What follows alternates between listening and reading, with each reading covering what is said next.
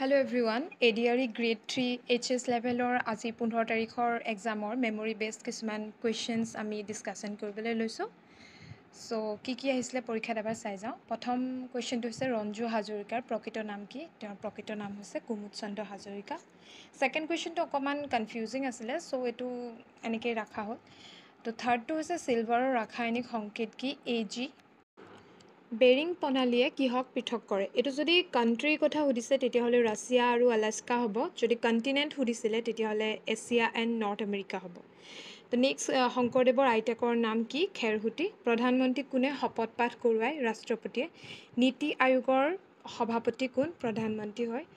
ৰং মিলিৰ হাঁহি কাৰ ৰচনা হয়? এইটো ৰংবং তেৰাঙৰ। নম্বৰ 10টো হৈছে নেশ্যনেল ৱাৰ মেমৰিয়েল ক'ত অৱস্থিত? এইটো নিউ দিল্লীত আছে। তো নেক্সট কুৱেশ্যন হৈছে মিছন বসুন্ধৰা কিহৰ লগত জড়িত? এইটো লেণ্ড ৰিলেটেড ইছ্যুৰ লগত জড়িত।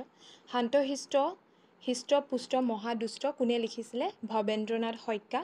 আমেৰিকাৰ ৰাষ্ট্ৰপতিৰ নাম কি? এইটো আছিলে 1 জানুৱাৰী 2024 লৈকে দিছিলে। তো ইয়াৰ আনচাৰ হৈছে জো বিডেন হয় আৰু তেওঁ 46 প্ৰেছিডেণ্ট অফ USA হয়। নুমলীগড় তেল শোধনাগাৰ কোনখন জিলাত অৱস্থিত? গোলাঘাট। তলৰ কোনটো বাঁহৰ সঁজুলি? দবা, মৃদং, টকা।